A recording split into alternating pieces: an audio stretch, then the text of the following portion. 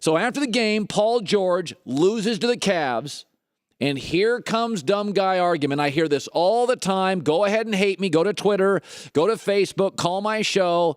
Paul George is falling for it. So Paul George, because he's great, often gets doubled, and often in late game situations when players are playing their best defense, the star of the team doesn't get the best look. For some reason, we've criticized LeBron, when he's double teamed for giving Kyrie Irving an open look. So Paul George, end of the game, doesn't take the final shot, and he said after the game, I got to take that shot. Here's Paul George. I was asking for it. Again, I was trying to give it up and force them to scramble back to the open man so I can get it back. At that time, it's not enough seconds on the clock for them to try to double team again. And, CJ, took it upon himself. I'm confident with all my guys taking shots. That's not the issue. But in that situation right there, I got to get that. No, you don't. Of MJ's 6 championships, 3 times, he didn't hit the shot. The greatest player in the world. This is a complete cliche. Yeah, star player, off-balance 21-footer. You do get how good you have to be on the floor with a minute left in the NBA playoffs. Like, you do realize how great all these players are. There was a time yesterday I'm watching Golden State and Portland, and I'm like, I think these are 4 of the top 8 guards in the last decade scoring. When you get doubled, it's okay. You don't always get. That's a great shot. That is a great NBA shot by a good NBA player. LeBron James has always understood this. And the cliche mongers in this world who, come on, Michael didn't always take the shot. Magic didn't always take the shot. Sometimes Worthy took it and Byron Scott took it. Shaq didn't always take the shot. He and Kobe split it. Sometimes Paxson. Sometimes Harper. Here's LeBron on this shot Paul George says he had to take. If I get doubled, I'm giving it up. That's me. I don't know how everybody else feel about that, but if you get doubled, it's I think we all know math in here. There's 2 guys on the ball, it's a 4-on-3. You have your numbers, so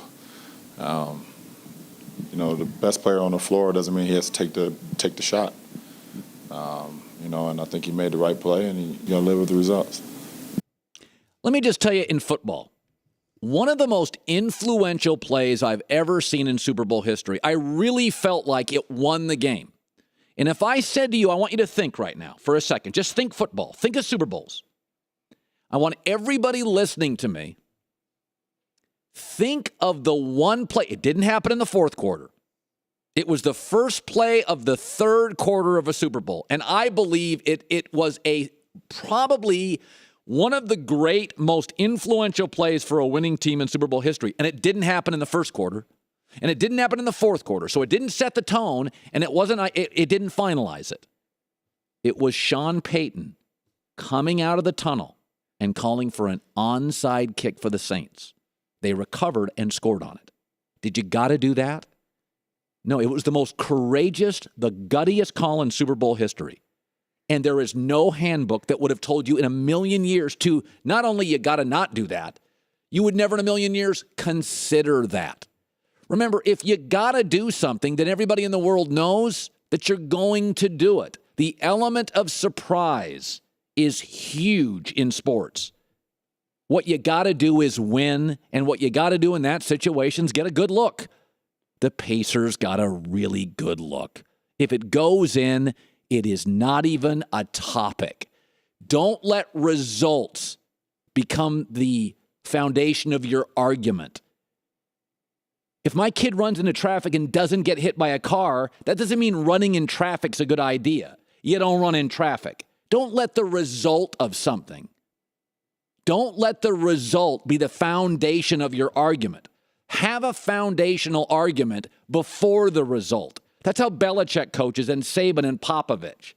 Watching something happen and going, see, I told you. The bottom line, if I would have told you coming out of the break, Pacers are going to get a 17-foot open look, you'd go, okay, I'll take it. I'll take it. I'll take a 17-foot open. I'll take it. you would have taken that shot every time. Don't watch a result and go, I don't like it. It's not the way life works. My kid can run in traffic. Just because they don't get hit by a Buick doesn't make it right.